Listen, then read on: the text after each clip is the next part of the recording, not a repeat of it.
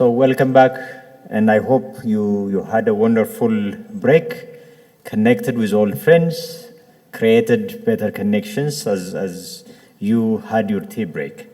Now we move to the second session of the morning, which is going to be moderated by Professor Moshedi Sirat. He is a National Higher Education Research Institute.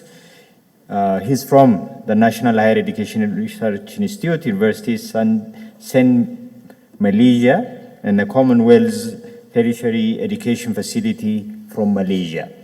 We'll be having three presentations, one from Turkey, the other one from Finland and United Kingdom.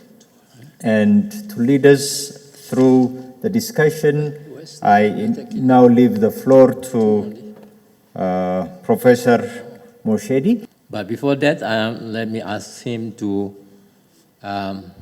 say a few words about himself to the audience, and then proceed to the presentation for 10 minutes, please. Sure, thank you. Well, I am Hakan Ergin. I am based in Istanbul. I'm a professor of international higher education at Boğaziçi University. I mostly focus on equity, internationalization, and regionalization in higher education. Thank you.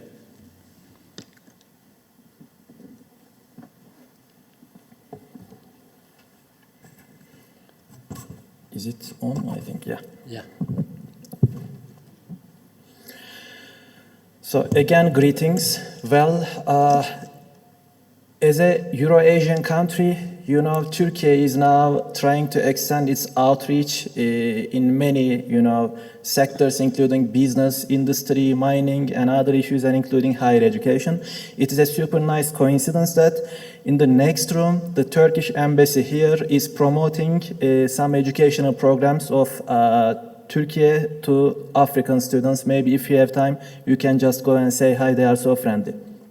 Well, in today's presentation, I will critically discuss Turkey's global partnerships and how it is going on, and at what points Turkey is leading, and at what points Turkey is led by some other, superpowers. Well, first of all, super quickly, Turkey higher education is now the largest in the European higher education area. It is not yet a member of the European Union, but it is a candidate for full membership, so it benefits from full members' mobility programs in the European higher education area. It is quite a large system, including 208 universities and 7 million students, and also almost 200,000 academics. Well, the large system is governed by Ankara, the capital city, and right now the government's agenda includes 3 high topics in higher education. One is growth, I mean the quantitative growth to allow more and more people to access higher education. The second one is quality, to enhance quality through both external and internal quality assurance procedures. And the third one is internationalization. I will focus on the third theme, including these partnerships. Well, for the first time, the Turkish government in 2017 released an internationalization strategy document. Well, again, 7 years after, another updated internationalization strategy document was released by the government, and here the country's overall internationalization strategy is categorized under 2 ambitions. One is to make Turkey a leading hub for global scholars and students especially, so that the country can compete with other countries in the region like Gulf countries.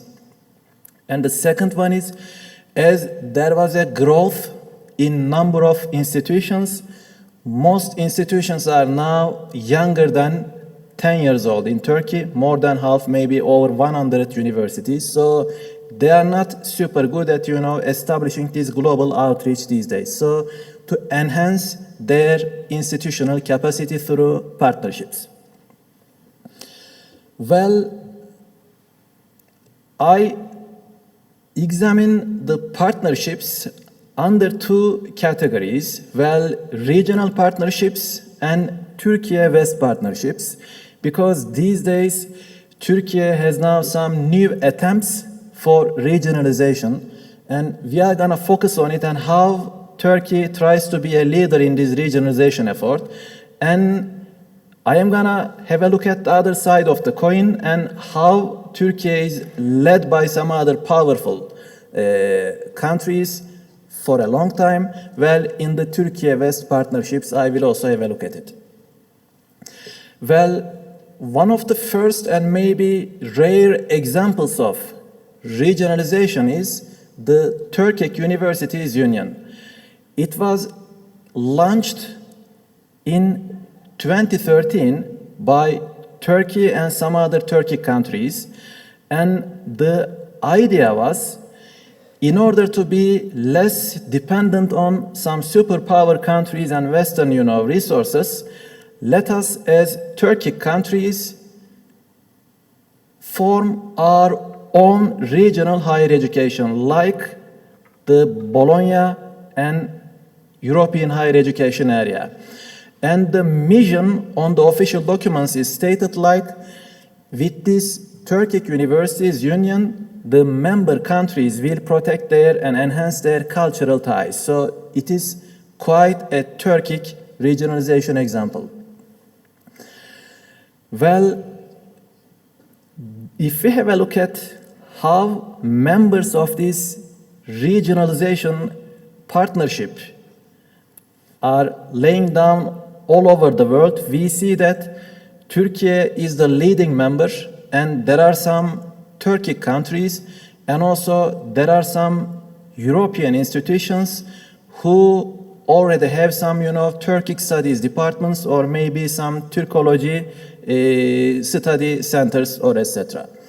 So here in this union, Turkey, again, I would say that, there is not a balance, among members here, because there are, as you see, there are 7 countries and more than, 170 institutions, and more than half of these institutions are Turkey's institutions, and Turkey is the one leading other members.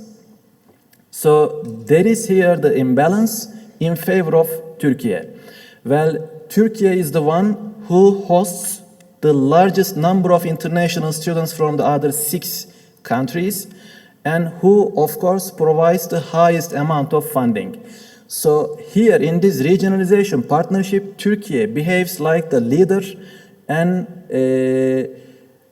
who also designs the future of this regionalization example. Well, there are more than 250 research partnerships, and most of them are again led by Turkey. And in the last couple of years, right now in Turkey, we see some students coming within the mobility program launched by this Turkic Universities Union. I have some students in Istanbul as well. Well, again, if I have a look at and summarize this regionalization partnership, as mentioned, Turkey is the leading member, and when I check the official documents of the Turkic Universities Union, I see that they would like to launch their own mobility program, recognition system, and credit system. So it aims to work like the European higher education area. If you see the documents, you think that it is as if copying the European higher education area. Of course, there are some challenges like language issues, lack of funds, and other regional conflicts in the region. So we are going to see the future how the members will be overcoming these challenges. The other one was just launched last week.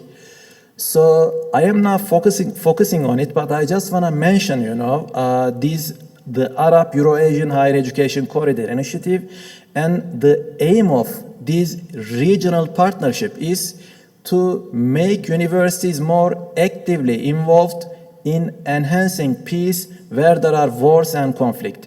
So Turkey, again, will lead universities in this region, in the Eurasia and Arab region, and so that universities will do some more research and partnership to enhance peace and end war in these regions. Well, if I have a look at the historical Turkey-West partnerships, well, I again examined these partnerships under the imbalance in incoming and outgoing student mobility, international agreements, and the external accreditation issue. Well, if we have a look at the incoming international students in Turkey, there are more than 300,000 international students, and Turkey is now one of top 10 countries hosting international students by numbers. Well, we see that more than 80% of these international students are from developing regions, and most of them are funded by Turkish government scholarships or their own scholarships. If we have a look at the outgoing students, Turkish students going abroad, we see the figure is reversed. So most students prefer to go developed countries, mostly the Western countries, not these developing countries.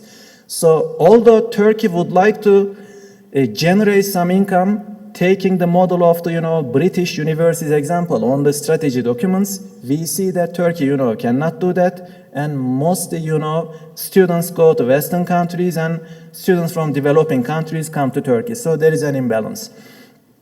If we have a look at these double degree agreements, I work at a university which has some double degree and joint degree programs with American universities. Again, we see it is an imbalance where, well, right now there are more than 300 double degree or joint degree agreements with other countries in Turkey. And we see that, again, more than 85% of these agreements are signed with Western countries. And in most agreements, the thing is, Turkish students go to these countries, but these countries do not send their students to Turkey for several reasons. They argue that, they claim that because of security issues or quality issues or some other issues. So we are also trying to, overcome these imbalances these days. Another issue is it is becoming quite popular these days, getting external accreditation from Western companies. Well, universities just give some money to Western companies and they come and do some, field visit to these universities and then they say that, okay, you are now accredited, and the university puts, a logo of the company on the official website. So again, here there is an imbalance. If you have money, then you can give money to these, companies, and you can get accredited. If you don't have any institutional funding, you cannot. And mostly these are Western companies. So to conclude, of course, there are some efforts to minimize this Western influence. So we see that, as mentioned, Turkey is trying to also create some alternatives to, Western regional efforts like the European higher education area. So there are some regionalization efforts, as I mentioned. And Turkey also launched reverse brain drain program with own funding. So there are some funding programs right now to attract international scholars from all around the world, also Turkish scholars who work for other countries to Turkey again. But up to now, not many scholars have arrived. And also Turkey established its own national accreditation authority so that it gives, some similar logos to universities, and also the National Journal Index was launched so that dependence on international index journals could be a bit lower. And also, now there are some programs for Syria and some other war zone scholars to invite scholars here. So to conclude, Western influences are going on right now in partnerships, but Turkey is now doing some attempts regionally to overcome, these imbalance issues. Thank you so much. Thank you, Dr. Hakan, for that presentation. Yeah. Next, we have Ms. Rosiana Avento from the University of Eastern Finland. You have a co-presenter, right? Yes. You'll be president alone, yeah. And Ms. Eva Kagiri Kaladze, who is writing the paper. Good afternoon, everyone.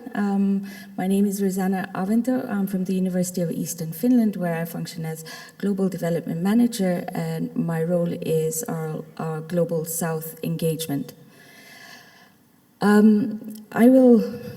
am presenting on a project that we've been working on with my colleague Eva Giri-Kalanzi on looking at whether Finnish funding programs advance equity in Global South collaborations, and in this particular instance on Africa. So I will, let's see, do I point it there? I can't. Oh, okay, sorry. I went too fast now. Please go back. Okay, there we are. So equity has become a widely invoked principle in international academic partnerships. We've been talking about it a lot this week. But we find that it's often abstractly defined and even unevenly operationalized. In practice, funding instruments and policy frameworks frequently assume shared understandings of equity, but they don't systematically examine how these assumptions resonate with the lived realities of those who design, administer, and participate in funded collaborations. So we contend that this creates a risk that equity remains rhetorical rather than actionable in Global South and Global North partnerships. And while Finland positions itself as a responsible and a forerunner of equality and equity, Finnish academic collaboration with the Global South has increasingly required higher education institutions to attend to questions of equity and responsibility, given that these partnerships operate within global systems shaped by historical and structural inequalities. You will hear Finns often say, we didn't colonize anyone, we were not an empire. However, we also contend that that doesn't absolve us from the negative effects of coloniality and even now neocolonialism. Finnish academia relies on the Finnish National Board on Research Integrity for guidance on responsibility and research integrity, and it plays a role in promoting responsible conduct of research, preventing misconduct, and facilitating national dialogue on research integrity. Now recognizing that the TENC guidelines their guidelines do not sufficiently address the distinct ethical, practical challenges associated with academic collaboration in contexts marked by unequal power relations, the Finnish University Partnership for International Development, UNIPID, initiated a collaboration with TENC in 2021 to create guidelines tailored to academic partnerships between the Global South and the Global North. So this was one of the first systematic efforts in Finland to adapt national research integrity frameworks to the realities of international cross-cultural and structurally unequal academic ecosystems. Those guidelines were published in 2023, and then later in 2024, the Finnish National Agency for Education published their own guidelines for cooperation with the Global South. Now, although guidelines provide a narrative framework for equitable collaboration, there is limited empirical examination of how equity is understood and enacted across different stakeholder groups in Finland. So our study basically seeks to explore how actors engaged in Finnish-funded South-North academic partnerships perceive and practice equity. And here we're using the case Finnish-Africa academic partnerships. The central question guiding our inquiry is whether Finnish funding programs generally advance equity. And then we also examine how researchers, practitioners, administrators, funding agencies, and policymakers interpret and practice equity, and how those interpretations are aligned with or diverge from the intentions in the Finnish funding programs. We have been evaluating the funding programs, the policy documents as well, And also we have been interviewing different actors, African and Finland-based academics and administrators who are working with those programs, Finnish funding agencies and their policymakers. And so the past few months we have been working on, we did about 26 in-depth semi-structured interviews to get the data we are presenting. So in terms of equity and equality, Finnish higher educations operate under multiple guiding frameworks. First of all, we must plan, implement and continuously develop gender equality and non-discrimination measures. This is by law. This basically reflects a proactive, right-based approach where equality is treated as a core quality and governance issue. Universities may also have their own codes of ethics or codes of conduct that articulate their shared values, principles, and expected standards of behavior for their academic communities. And these usually emphasize academic freedom, research integrity, and responsibility. And then we also have the TENK, the Finnish National Research Integrity Board, who has the code of conduct for research integrity. And that really emphasizes reliability, honesty, respect, accountability, and is in line with the European Code of Conduct for Research Integrity. So as I mentioned, we recognize the gap in these guidelines and thus developed then the guidelines that you see up on the screen, the UNIPED Ethical Guidelines for Responsible Academic Partnerships with the Global South. And these were developed with input and collaboration with Global South actors and research integrity boards from Asia, Africa, and Latin America, and then eventually were endorsed by the National Integrity Board and for Research Integrity, and then the Finnish higher education institutions. I won't go into depth of, I think you can see what the 6 principles that they underline in terms of responsibility and what they're calling for. But also there is a QR code. You can also then access the guidelines themselves. And I hope maybe the slides will be shared so then you can also have direct access to those. Next slide, please. The National Agency for Education in Finland then also published their own ethical guidelines. And this was really targeted to Finnish institutions who utilize their funding. And these were based on all 4 principles about trust, common understanding, recognizing power balances, and recognizing the role of language and contextual differences, and then access to information and transparency on decision making. Those will also be shared. So our preliminary results, the Ministry for Foreign Affairs of Finland, you could please go to the next slide, please, supports higher education cooperation between the Global South and Finland through development and cooperation funding. And I think that we've heard that also, and that's governed by Finland's development policy.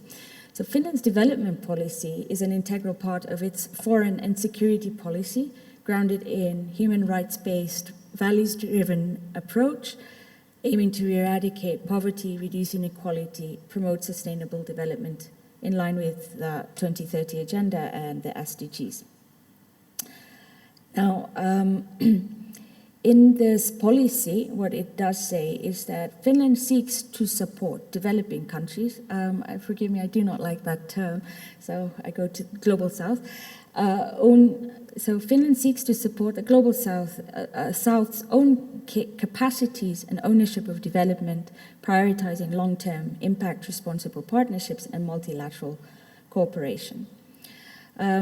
Between 2011 to 2023, Finland's development cooperation for higher education collaboration amounts to about $7.9 million USD to $25 million USD per annum. It's a huge gap It fluctuates. Why? Because of government. I'll come back to that in a minute. But this is very much in line with how most of Europe and African higher education collaboration is carried out as official development assistance. We want to note that, we see a disconnect here. South-North collaboration with Africa and the rest of the Global South is development assistance. So, and the North-North collaboration is education and science collaboration. So we question why development is the driver here, not the science. After all, we are talking about higher education institutions, are we not? So we maintain that having development policy in the driver's seat is disenfranchising and maintains the existing divides. The Finnish Ministry for Foreign Affairs also published a Finnish Africa strategy. And I know somebody's going to ask whose agenda was that. It was based on Finnish interests and competencies, Agenda 2030, but also they say the African Union's 2063 agenda. It frames Africa as a strategically important neighbor whose demographic growth, economic potential, and global role are central to addressing shared challenges such as climate change, security, and health crisis. But while Finland's Africa strategy was celebrated in Finland and began to steer Finnish-Africa collaboration, this was in 2021, it fell short with a change in government. The current government that we have mainly addresses Africa through EU-AU relations and multilateral fora by default continuity and administrative maintenance. It's not politically driven at this moment. Africa does not feature on the Finnish government program right now. It's largely absent from political communication. It does not refer to Africa and does not even refer to the Finland-Africa strategy. So at the moment, we have been suffering a lot of cuts to our collaboration and some programs have been stopped.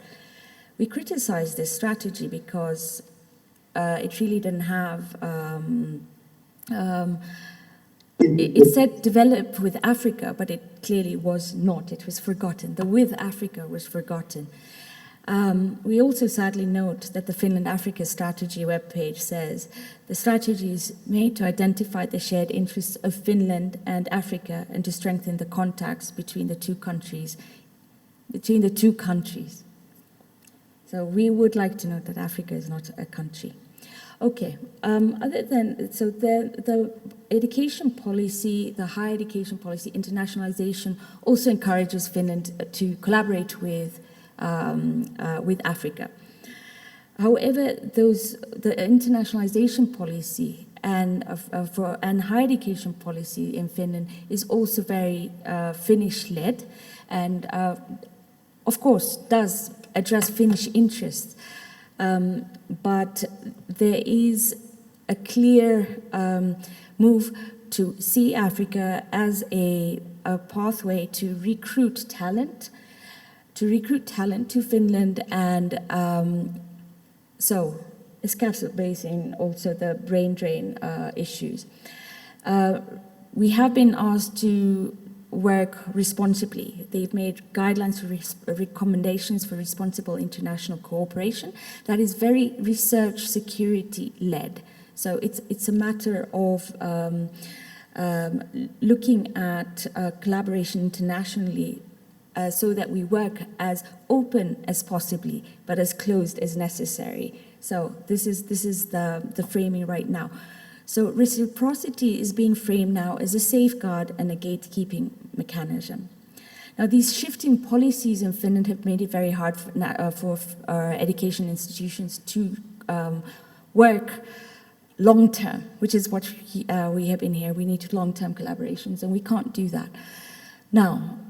So because of these shifting policies, and as you see on the slide there, the funding instruments we currently have, there's 3 funding instruments which are pretty much all dead by the end of this year, except one, which is a very short-term program. There's a research, one focusing on research, one focusing on capacity building, one focusing on education collaboration. They all emphasize equality and equity.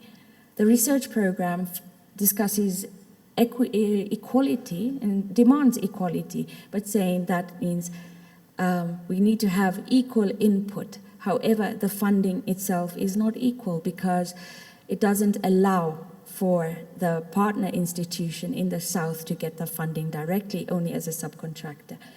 So with this, I will be available to discuss further if you are interested, and I'm happy to answer your questions.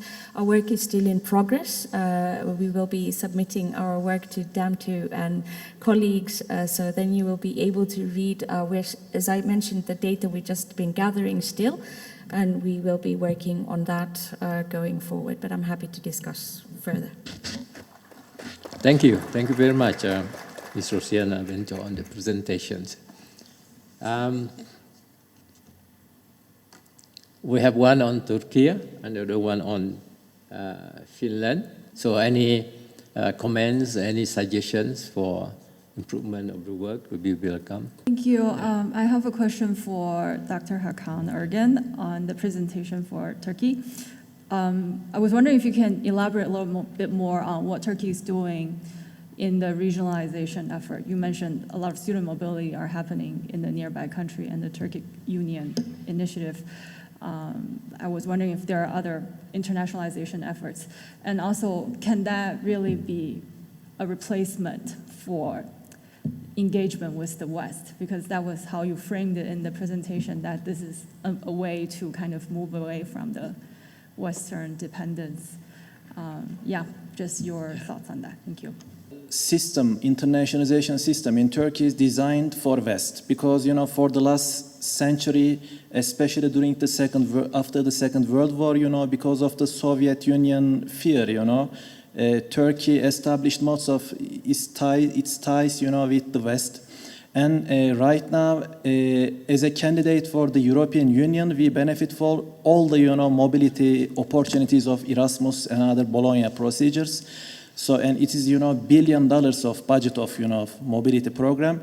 Right now, it is just the beginning of the way, and the countries in this, regionalization effort are all developing countries with some small funding opportunities. So, every year, just a couple of hundred of students can be included, in these mobility programs, not scholars yet. In the future, there is an aim to continue, but VVC, of course, it will not be easy to replace such an, established Erasmus program. Okay. I wish we heard from the earlier presenters and also the presenters subsequent to this one to be more critical of some of the things that is clearly stated in the literature. So I really commend you for that. My question then is, given the reality in the world of development cooperation now, where do you think, I'm asking you a speculative question, where do you think Norway would find itself, let's say in the next plan, whatever that plan may be? For Hakan, for you, I really wanted to hear from you in terms of Africa-Turkey partnership and where the kind of collaboration dynamics we are talking about here within the higher education is expressed. Thank you, Mr. Chair.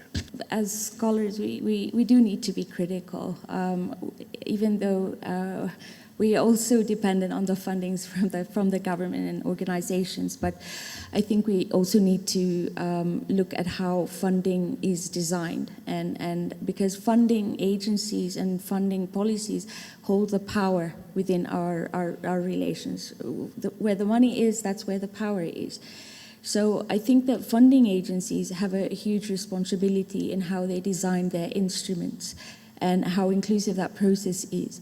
So if the funder, basically what is their intent and then what happens on the ground, it can differ, and that's what we're actually, the primary results is what we're seeing, that the funder has some intention of something going one way, but then the result is a bit different. In terms of the future, I wish I had a crystal ball. How I think that I don't think that our collaborations are going to stop. The world has grown smaller. We need to be together, especially the way higher education is under attack globally. I think it's very important that we stand together and continue collaborating despite the cuts that are happening. Our own institutions in Finland and my own institution, when the cuts started happening in our own country, our leadership said, we will continue business as usual with our collaborations regardless of whether the government cuts their programs. And we see that with a lot of other Finnish institutions. I would like to see more Nordic collaboration with Africa. So because what I see is that now we have Japan, we have Turkey, we have Finland, we have Norway. We're splitting our resources. We could collaborate better together for the future. Thank you. Thank you. In my paper, I'll have another section for this African focus. Well, in 2016, Turkey has just established a government body called Maarif Foundation, and also in the internationalization strategy document introduced thematic internationalization, which means some geographical focused internationalization efforts of the country, and Africa is one of them. So within the Study in Turkey program, there will be more and more scholarships for African students. But the thing is, up to now, Turkey placed more emphasis on the K-12 level in Africa. And there are some programs, there are some Turkish culture promotion programs for teenagers and young learners. But there are some decisions. First, these African embassies will have a higher education attaché that will be appointed from Ankara, the capital city, from Turkey, and they will oversee the internationalization and the relations, bi-nation relations within Africa. And number two, up to now, I checked the number of, African students getting scholarships from Turkey, mostly where in Africa the Muslim population is higher. These countries send higher number of students, like, Somalia, Egypt, Yemen, but I see that efforts will continue, and maybe in the medium run there will be some binational universities between the two. Okay, thank you so much to both our speakers for an excellent presentation and a good feedback from the floor. Thank you so much. Give a hand. Thank you very much, Professor Moshedi, for leading the session in such a precise manner in terms of time and in terms of content. You led it wonderfully. Thank you very much. Next up, we have one more session to have. The moderator for this session would be Professor Tasfaye Semela from Hawassa University. And the paper that would be presented today would be by Dr. Helen Kilelo, and the title is Retooling and Remodeling of Sustainable Higher Education of Greater Realms, the case of Kenya's transition to curriculum-based education. Please allow me to welcome Professor Tasfaye and Dr. Helen to the stage. Before she begins, I will briefly introduce Dr. Kilelo.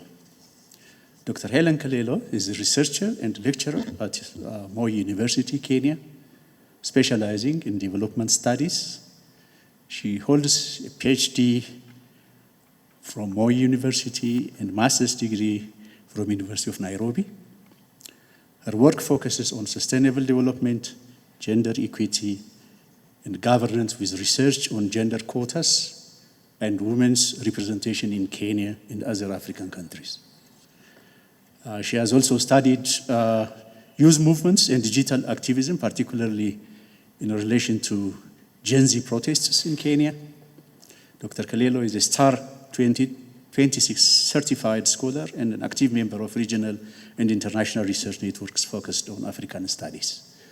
So I welcome Dr. Kalelo, and you have the floor. My title is Retooling and Remodeling of Sustainable Higher Education, and more specifically, I'm looking at the case of Kenya as Kenya transitions to the curriculum-based education. So, next slide. Kenya's education has evolved over the years. Right from 1964, we had the Ominde report. Ominde was a commission that was set up, headed by Ominde, that looked into how we can come up with education that is holistic, that will unite the Kenyan children and citizens. Later on in 1976, we had the Gashadi Commission, that is the one that is famously known for proposing the 7423 system of education that was going to work towards shifting towards technical and vocational training to address manpower needs. In 1981, we had the McKay Commission, which is the one that is iconic for the 844 system. And this went on to 2012, where we had the Odhiambo Task Force that brought about the 2663 structure. So the CBE paradigm shift was informed by the fact that the previous 844 system had several deficiencies. Some of them are highlighted here, issues that are common across several countries. The issues of rote memorization, the issues of high-stakes summative examinations, pressure and limited pathways, amongst others.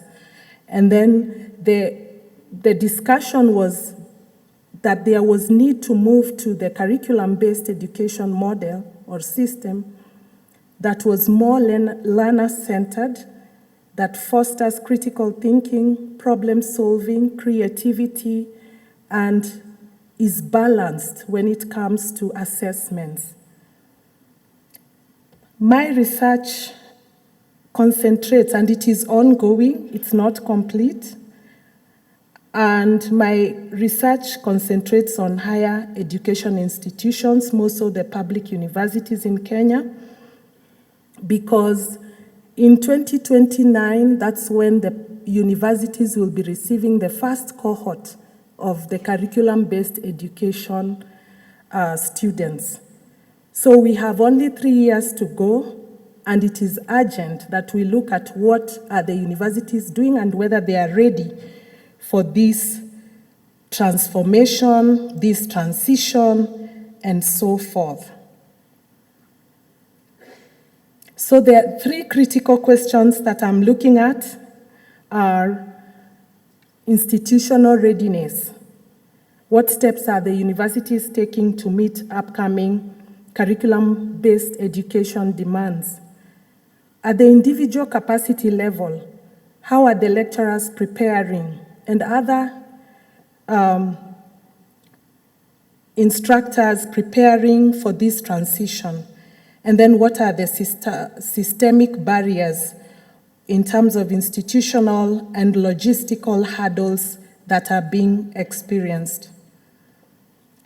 I will skip this slide that looks at how the CBE is structured, but basically it is a 2-year pre-primary, 6 years in lower primary, 3 years in junior secondary, 3 years in senior secondary, and then another 3 years in the university or tertiary education. So of course, the system, the curriculum-based education has had quite a number of challenges, but I must say we have been able to move on to curriculum-based education very well, but not without hurdles. And some of the hurdles are highlighted here. Issues of material resources, issues of teacher pedagogy in terms of how are they, have they been adequately trained to handle the new curriculum expectations, issues of infrastructure. We still have insufficient classroom capacities to accommodate students, overcrowding, amongst others. Then there are issues of specialized facilities. Like you saw from the previous slides, we have 3 major pathways, and one of the pathways that we are really now emphasizing on is sports science and art, which we do not have enough facilities in terms of scientific labs and studios for creative arts. And then the issues of transition that have also been historical, even with the 844 system. And then here, I'm just looking at how Kenya can learn from other countries that have been able to, implement CBE. They also have their challenges. Whether you look at South Africa, whether you look at Rwanda, Nigeria, Zambia, we have a lot to learn and gather from them and then contextualize and ensure that it fits in our context. The methodology used was qualitative content analysis, where I was able to identify patterns, extract themes, and then develop insights. And now, to what I have been able to gather so far, the universities are preparing for the first intake in 2029. And how are they going about this? We have been having virtual trainings in several universities, and this is on learner-centered methodologies for lecturers. There have been several online modules and remote learning on how to switch to learner-centered methodologies. We've also had a couple of face-to-face trainings that have been carried out across several universities. I'll present more details in my paper, both for lecturers and for administrators. The Ministry of Education has also held several conferences, symposia, workshops, with the name of not only coordinating policy, but also getting feedback from different stakeholders. And one thing I would like to single out is what DAD is doing, the German organization. DAD has been able to partner very well with universities on the DigiFace platform, where lecturers are able to be trained on how to navigate, especially when it comes to digital literacy. And that's one very commendable thing that lecturers are able to harness on and take advantage of. There are other proactive efforts by lecturers themselves so far. Some are enrolling for short courses, like, for example, the DigiFace ones that I've mentioned. Others are building networks, not just global, but networks that are south to south with other researchers, with the name of exchanging best practices. And then basically, personal professional development for purposes of growth and learning. But there have been several challenges so far that we need to look into. So, some of the challenges are faculty related. We are looking at public universities where lecturers are experiencing issues such as delayed salaries, non-remittance of their basic deductions, such as to the health purposes and so forth, issues such as bureaucratic delays in promotions, issues of high attrition rates. There are financial challenges. Our financial model is paradoxical in the sense that instead of promoting inclusivity, we end up excluding the poor. Funding shortfalls, there's reduced and delayed government capitation. governance issues, interference, and so forth. We also see there are other structural challenges that have to do with the infrastructure. I've mentioned about the specializations, policy challenges. For example, during the course of research, I found that several private universities have now been able to cascade the AI 2025-2030 national AI 2025 to 2030 policy, Kenyan policy, to their universities, but public universities are lagging behind. They are yet to do that, but are in the process of doing it. And then, of course, the pedagogical shift that also raises questions.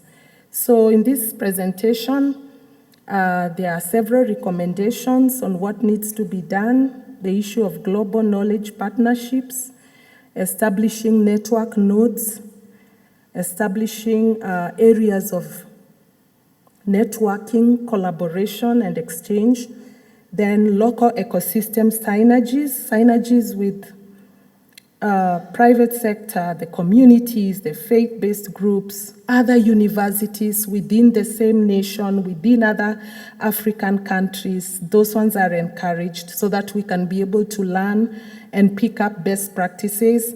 Then we need to secure grants, especially for curriculum review and retooling of lecturers, because there is still need. We are in the process of doing a curriculum review.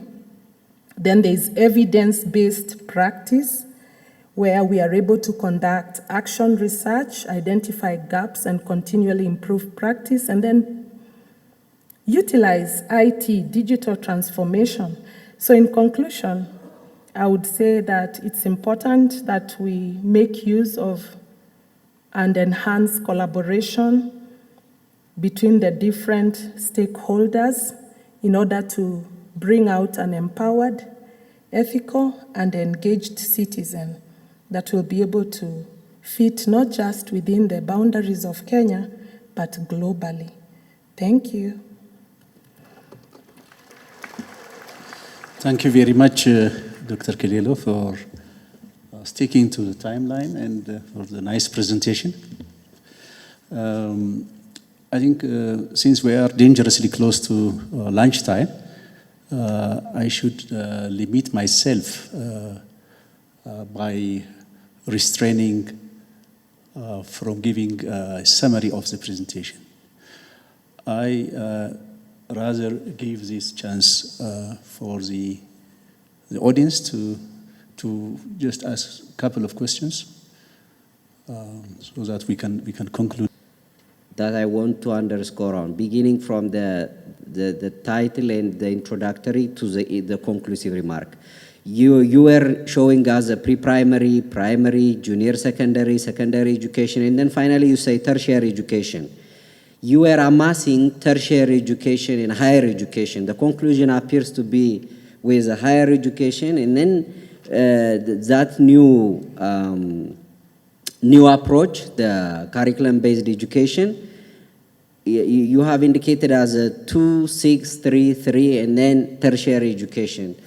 Don't you think that there are paradoxical things here in putting tertiary education there and then finally coming with higher education? And you are mainly talking about university, so I have a big reservation there, and say something. And it should be also taken into consideration when we talk about, when we talk about curriculum-based education. It's very important to be considerate of learners. I think students are highly overlooked here. The developmentally appropriateness of the contents and other practices should be taken into consideration, and that should be the focal point, as to my stand. Thank you so much. What is the practice looks like? Is it centralized or decentralized? How is the practice in developing curriculum and reviewing? You know, you have got public, private, some religious colleges and universities. So how is the practice going on? Is it controlled by the government or is it decentralized? Just to take a lesson. Thank you very much for those questions. Probably my pictorial presentation did not bring out, and I apologize for that, did not bring it out the way I wanted. But the system is in such a way that it flows from 2, 6, 3, 3, 3, so that the last 3 is for higher education and other tertiary institutions. So yes, that was left out. That I will ensure that I present it well in the paper. That I take note of that. Concerning the next question, on students being taken into consideration, I hear you, but when I went out to do this research, I confined myself to those 3 questions that I outlined in my presentation. However, I don't want to make promises. I will see how I can be able to perhaps bring out students' perspectives, yes, within my ability, within what will be possible. The other issue is on review of curriculum and how it is done in Kenya. We have a commission for higher education in Kenya that looks into the issues of how higher education is conducted in Kenya. And they are the ones who actually follow up to see how curriculum review is being done across the universities. And they also check for purposes of quality. So curriculum review is currently being done across different universities because this is one of the major steps of preparation towards 2029 when we receive the first cohort of students. However, I am a lecturer. I'm not in government, in the administration, and my lens, the lens I use to look at this study is one of a person who is in one of the institutions of higher learning, looking at how well prepared are we for 2029. So currently I know that curriculum review is going on, and I'm sure even our counterparts from KCA University, which is a private university, is also in the process of preparing for that transition, and they're also doing curriculum review. So yes, it is across board, whether private or public. Thank you. Thank you very much. I conclude the presentation and everything. Thank you very much, Professor Tesfaye. And thank you very much, Dr. Helen, for the excellent presentation. Now we are on time for lunch. I would love to say it again. We are on time for lunch.